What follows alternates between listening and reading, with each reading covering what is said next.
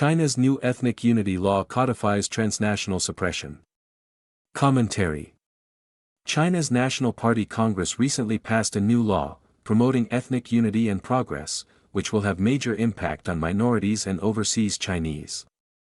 The law codifies Xi Jinping's ethnic policy and is not what its title implies, despite a gaslighting headline from a China Daily article on April 21. Xinjiang will only prosper further under new law. Let us examine the new law, with emphasis on its friction with international law. The Extraterritoriality Clause. Article 63 of the new law on promoting ethnic unity and progress asserts that the law applies to foreign organizations or individuals who commit acts targeting the PRC that undermine ethnic unity and progress or create ethnic division. The law leaves the actual penalties to be imposed under other applicable laws. Thus, inciting ethnic hatred or discrimination is punishable by up to 15 days of detention under the Public Order Offences Law, or up to 10 years in prison under the Criminal Code. Importantly, the law's reach is not purely punitive. Article 17 calls for promoting its ideological framework through exchanges with foreign academia, civil society groups, and think tanks, and for fostering such consciousness among overseas Chinese communities to strengthen their understanding that they belong to the Chinese nation.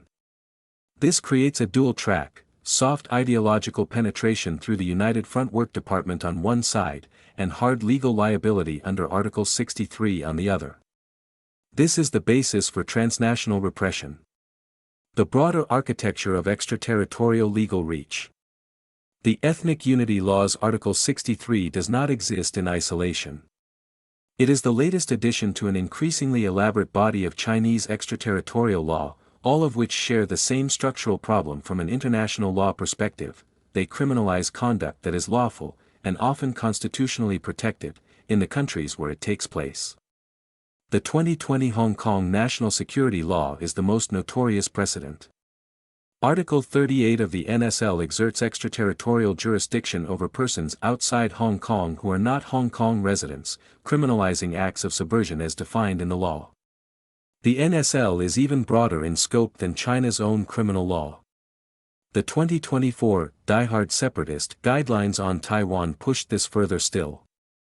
China already has laws and regulations against Taiwanese independent supporters, including guidelines published in 2024 to punish die-hard activists, including with the death penalty, even though Chinese courts have no jurisdiction on the island.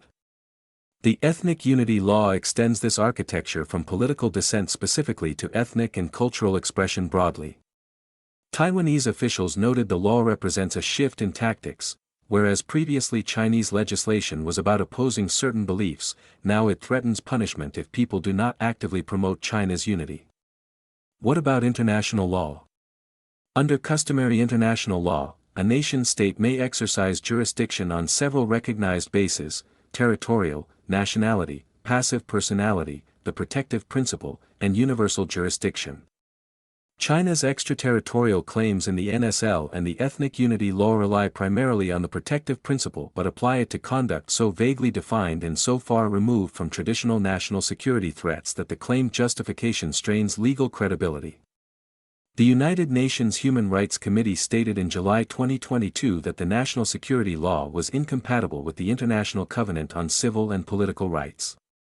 China is not a party to the ICCPR, which limits formal legal leverage, but the committee's analysis is instructive. The vagueness of offenses like undermining ethnic unity fails the requirement under human rights law that restrictions on expression be necessary, proportionate, and precisely defined. The UFWD's enforcement role. The Ethnic Unity Law explicitly assigns implementation authority to the UFWD and the National Ethnic Affairs Commission. This is the critical institutional linkage. The UFWD was already the primary machinery for extending party control over diaspora communities. The law now gives that machinery a statutory foundation. The UFWD manages relations with, gathers intelligence on, and attempts to gain influence over elite individuals and organizations inside and outside mainland China. It focuses on people or entities outside the Chinese Communist Party, especially in the overseas Chinese diaspora, who hold political, commercial, religious, or academic influence. United front pressure and harassment tactics, including threats against family in China, are deployed against diaspora members of China's persecuted ethnic and religious minorities. The Ethnic Unity Law provides legal cover for these tactics. Where does the MSS fit in? While the UFWD conducts influence operations and soft coercion, the Ministry of State Security provides the covert intelligence and enforcement arm. Domestically, the MSS undertakes surveillance of ethnic minorities, especially in Tibet and Xinjiang. One of the MSS's acknowledged responsibilities is penetrating Chinese dissident groups abroad, what they call the Five Poisons: democracy advocates, Taiwan, Tibetans, Uyghurs, and Falun Gong. China is engaged in overseas espionage directed through diverse methods via the MSS, the Ministry of Public Security, the UFWD, the PLA Intelligence Bureau, and numerous front organizations. MSS agents and their proxies engage in unsanctioned and covert law enforcement activity on foreign soil, including surveillance, stalking, and harassment of their targets, many of whom are legal residents or even citizens of their host countries. A key and particularly cruel tactic is coercion by proxy. That is, in order to force a target to return to China, MSS authorities will harass, detain, and sometimes torture family members who remain in Communist China. The UFWD and MSS are not wholly distinct. The UFWD and its affiliated front organizations have served as cover for intelligence agents of the Ministry of State Security. State security officers have donned the guises of United Front work departments, overseas Chinese affairs offices, and foreign affairs offices as official cover for intelligence operations. The Ethnic Unity Law, by formally tasking the UFWD with overseas implementation, further blurs this already porous boundary, making it harder for foreign counterintelligence services to distinguish between ostensible community-building activities and active intelligence operations. Institutional synergy. The most important point is that Article 63 of the Ethnic Unity Law, the NSL, the UFWD, and the MSS are not four separate problems, they are components of a single, coordinated system of transnational control. The architecture works as follows. The NSL established the precedent that China's criminal law can reach anyone, anywhere, for political speech. The Ethnic Unity Law extends that principle from purely political dissent to ethnic and cultural expression. The UFWD provides the soft power infrastructure, a global network of community organizations, Confucius institutes, student associations, and chambers of commerce that collect intelligence, enforce social conformity within diaspora communities, and identify targets for harder enforcement. The MSS provides the hard power infrastructure, covert surveillance, cyber espionage, harassment of family members, and coercion to secure voluntary returns to China. The Ethnic Unity Law now provides the statutory predicate for these actions. Concluding thoughts. Sadly, international law is poorly equipped to constrain China's transnational suppression architecture. Two reasons stand out.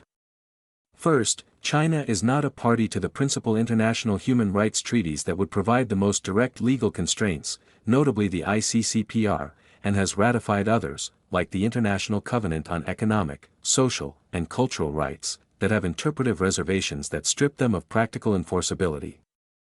Second, the primary enforcement body for these matters, the UN Human Rights Council, is subject to political vetoes, and China has successfully mobilized blocs of developing nation support to deflect accountability resolutions. For example, the HRC's 2022 vote on whether even to discuss a report on Xinjiang abuses was defeated by a margin of 19 to 17, with China's allies providing the decisive votes. What international law can offer is primarily normative and indirect. Extradition requests will fail in most democracies. Foreign agent registration laws will expose and disrupt UFWD front organizations. And targeted sanctions will be implemented against alleged human rights violators. The Ethnic Unity Law's extraterritoriality clause will simply not be enforced through international courts or extradition proceedings in democratic countries. Its real enforcement mechanisms are the UFWD's social pressure networks, the MSS's coercive operations, and the permanent threat hanging over the family members left behind in China. These operate below the threshold of formal international law and are largely invisible to it, which is precisely why Beijing designed the system the way it did. These are not the actions of a civilized society.